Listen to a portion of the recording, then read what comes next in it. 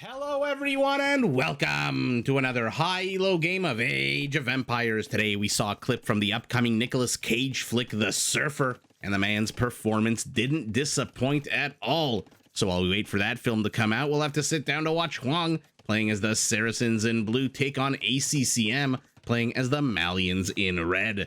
Now while the players heard their herdables explore their immediate cracked terrain surroundings and try to get their butts up to Castle Age ASAP, because we are on Empire Wars, why don't we take a look at the Civ matchup that we are going to be watching today.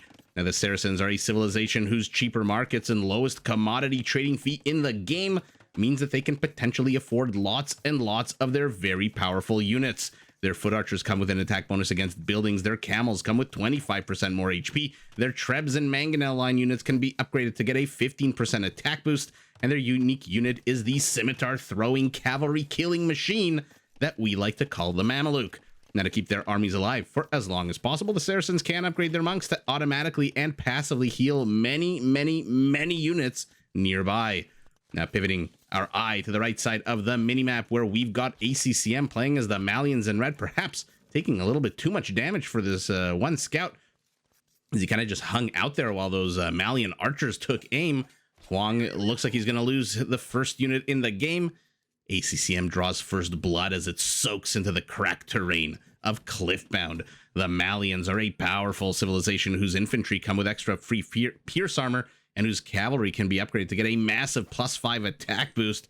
Now, combining the mobility of cavalry with the relatively lower cost of infantry, the Malian unique unit, the Gabedo, is a fast-ranged melee unit similar to the Frankish throwing axeman, except she throws a kapinga instead of an axe.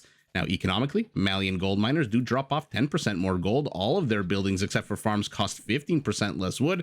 And if you want to keep your villagers as safe and productive as possible, well, then the Malians can upgrade their town centers to fire 8 arrows when ungarrisoned and up to 18. I'll repeat that, 18 frickin' arrows when fully garrisoned. So those are the two civilizations. We've got our Saracen Hoang already heading up to castle at the 3-minute mark of the game, or maybe 3.5-minute mark of the game, as he circles here like a great hungry Saracen shark looking for kills. Does even up the kill count, does our Malian with 2 kills apiece. Right as I say that, gets another, and looks like he might get a few more of these Saracen skirmishers. Our Malian is nowhere close to going up to Castle Age. And Hoang, I'm assuming we're going to get to see some kind of siege workshop push out of him once he gets to castle. Hoang has been recently playing a lot more Saracens. There's a very exciting best of 3 against the Viper that I'm excited to cast and post, where he plays the Saracens against the Snake himself. 7 kills to 10. Our Malian takes the firm lead as he now pushes out. Oh, Hoang wants nothing to do with this. Immediately walls off houses, palisade, a stable, a second stable, I should point out. Are we going to get to see some heavy camels? Now, that's going to be a very fascinating battle between the Saracen camel units that come with 25% more HP and potentially Farimba camels from our Malian that get that +5 attack boost. And so while their cavalry on paper, when you ignore Farimba, is not exactly the best for the Malians. They don't have hussars, they don't have paladins. With Farimba, their cavaliers actually have a higher attack than paladins. Their light cav, their heavy camels are some of the strongest in the game. And so will be interesting to see how they fare if we're lucky enough to see this map go into the late game. And by the way, let's look at the map, because we are on Cliffbound, the Socotra meets Maze Runner here, with a lot of cliffs. I guess that's where they get the name Cliffbound, surrounding the perimeter of the map. Not a lot of trees in the middle, but a lot of scarce resources. A lot of scarce resources. Take a look at this. 8,400 stone, almost 30,000 gold. Our Malian might want to start getting his butt up to Castle Age. He is taking a lot of very bad fights here. Although he's not... Where are you going, hunters? Okay, ACCM might perhaps think he's playing the Mongols here, or maybe the Goths with the hunter boosts, but no, he is just playing plain old Malians, and Hoang is retreating. Ooh, perhaps if this third knight didn't have such shitty HP, he would have continued engaging. So ACCM is going for quantity over quality. He's got 13 army count to 4. He's now down 2 total kills, but he's managed to get a villager of his opponent. But here comes the siege. And so Feudal Age armies are basically, they're going to melt in the face of a siege unit that attacks on a frickin' 12. Perhaps if these were some Vietnamese units that came out of the archery range with 20% more HP, then maybe, oh, maybe they could do a bit more damage by lasting a bit longer. Maybe if they got a little bit of the extra armor upgrades. I think it's the Koreans. Maybe they'd last a little bit longer, but for now, oh, for now the scouts are, I mean, ACCM, he's got the gold. Now he needs to just get the food. He's got 22 villagers on food. Hoang, take a look at his resource allocation, his villager allocation rather. 2 villagers on food. These are the only 2 food gathering units that he's got. Okay, so he's going siege, basically. Not even training any more villagers. Hoang absolutely abandoning his economy to try to push the Malian off the face of the earth here. A tower in the middle of the map. Is that the right move? Let me know in the comments. A tower against Castle Age units?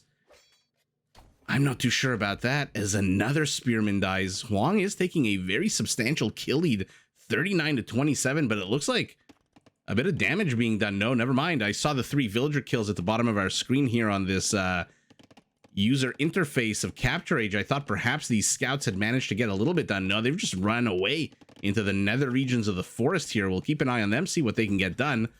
Hoang is moving out. 4 scorpions, a 5th one, and a battering ram on the way. Still 2 villagers on food. And that's just for night production. Is that all you need?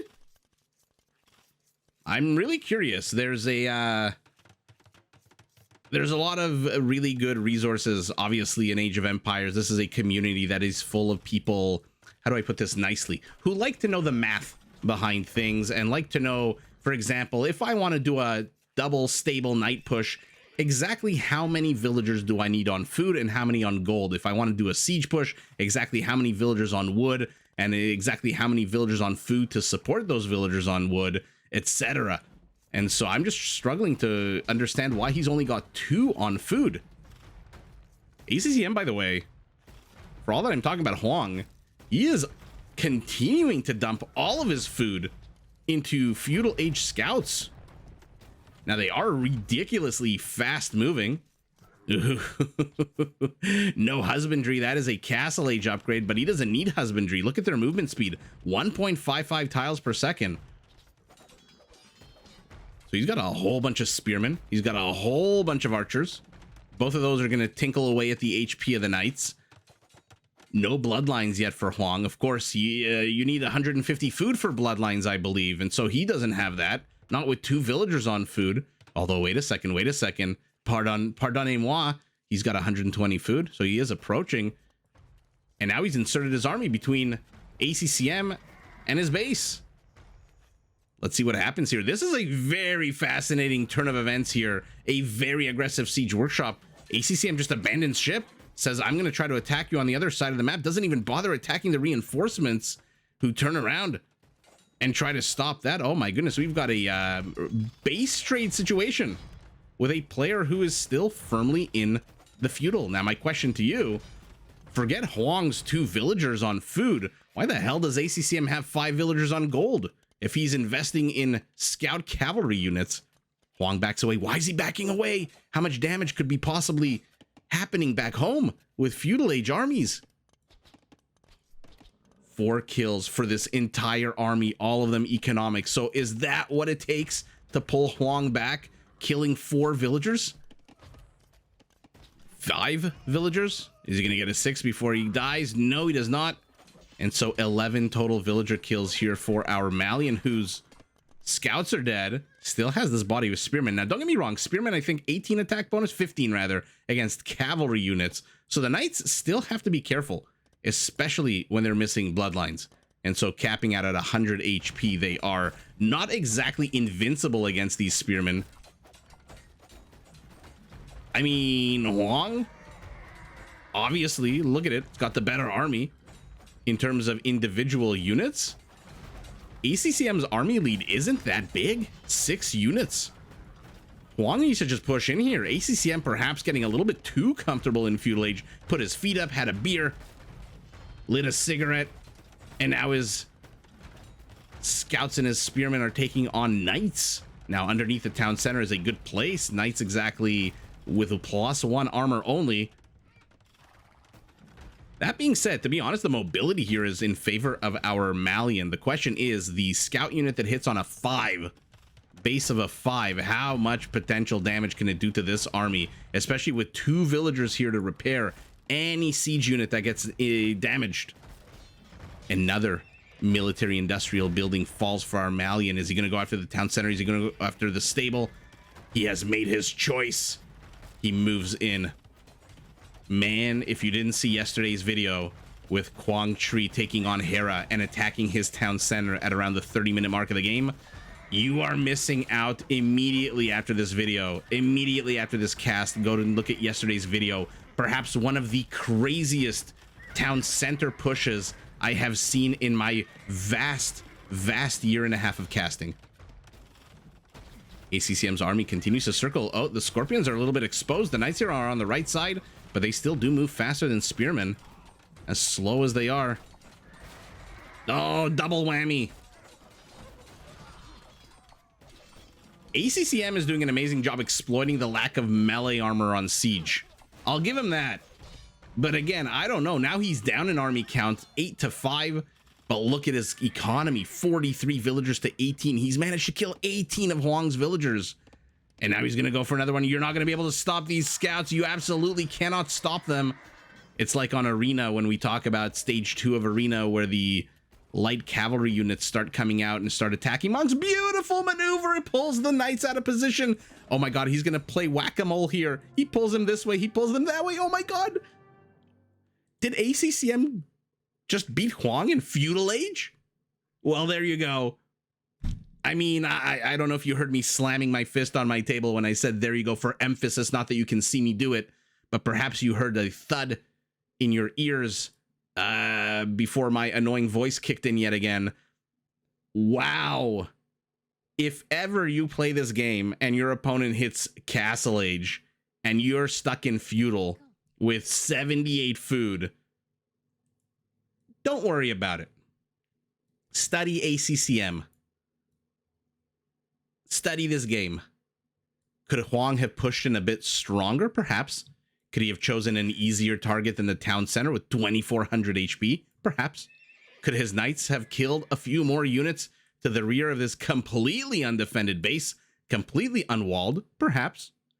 But at the end of the day, all this perhaps, what did Dwight Schrute say in The Office? If maybes and buts were candies and nuts, every day would be Ernte Danke Day or something. Some weird Pennsylvania Dutch German holiday or something. I forget what the exact quote is. I need to rewatch The Office. I've only seen the entire series from front to end 3 times. So I don't think that's enough. I think I need to rewatch it one more time, at least until season 7 or 8, whenever it is that Michael Scott leaves the show. But wow, holy moly. I mean, that was, I need to see that again. Look at this. He is doing whatever he can. He tried to pull him out of position to the south. It didn't work. The Knights sticking to this Scorpion like a shadow. In he comes. Whackety whack. Now he pulls them this way. The Archer, in the meantime, poking away. The Knights chase him. Now he's going to come in on the left side. Whackety whack. And that's it. That's all she wrote for the last Scorpion that is in the forward position. Where are the other two? Are they inside the Siege Workshop? Are they inside this Siege Workshop? Where are these other 2 Scorpions? Oh, they're here.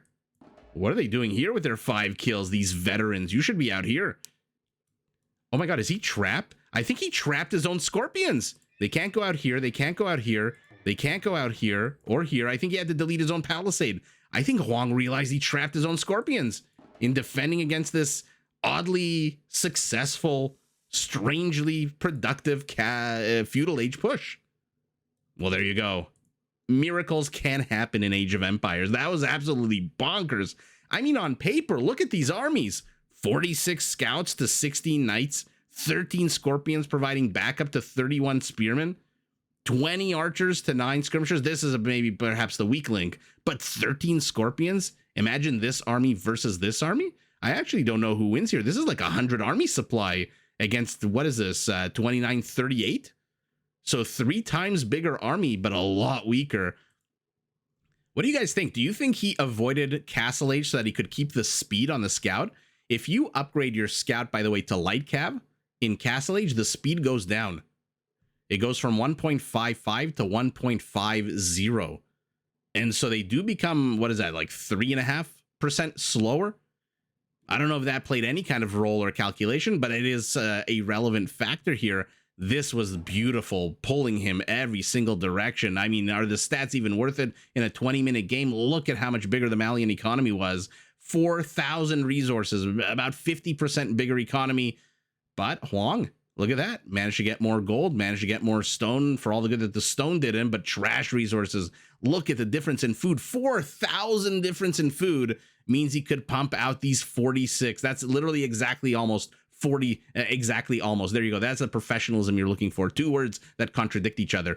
4,000 food with no discount, for example, like the Magyars, that's 50 scouts, and that's exactly, kind of, approximately 46 to 50. Wow, total kills 93 to 61. But look at that, our Malian, 18 villager kills. He killed the same number of villagers that are left alive, and Hoang has none on food, and now they're all going into stone. I'm assuming for a big, fat, juicy castle drop, if he could have maintained his forward position, which, by the way, I don't see why he couldn't. Look at the armies here. 4 knights can easily wipe out 3 scouts and an archer. Just keep them close, but this scorpion is very close to being dead. These 2 units, like we saw a second ago, are absolutely stuck back home, and ACCM says, you know what? Take your Castle Age, spend your 800 food, your 200 gold, balance your economy, buy and sell your resources with that Saracen ridiculous 5% commodity VIG and your cheaper 75 wood market. I'm happy. I'll stick around in Feudal Age. You're not really raiding me to the back. You're not really raiding my villager count. And so Hoang, thinking that he's perhaps going to encounter a Castle Age army, encounters the lightning quick scout unit and just the overwhelming number. We've seen Castle Age beat Imperial Age, but this is the first time in my vast year and a half of casting, I believe, that I have seen Feudal Age beat Castle Age, especially Knights and Hoang Siege. Now, perhaps if he was the Celts, perhaps if he had a castle up, perhaps if maybes and buts were candies and nuts, then it doesn't really matter. ACCM here absolutely holding, and even though Hoang did a good amount of damage, it wasn't great, and it didn't ultimately disable the Malian economy, which is, what is that, 2.5 times bigger than his economy, and he's lost 18 villagers to 1, and that was just an absolute epic game out of ACCM, showing us all why you should never GG too early, why hope is never lost. As long as you keep your cool, your calm, your composure, you can always try to beat the odds. I'm not going to say you're always going to beat the odds, but you can always try. And like he did this time, ACCM is absolutely victorious in one of the strangest games I have casted yet. Bye-bye, Gazelles, and bye-bye to you, dear watcher, as ACCM takes the W, but GG to both players. Did you enjoy this video? Check out these other clips and make sure to subscribe and enable notifications so that you're notified of my latest uploads.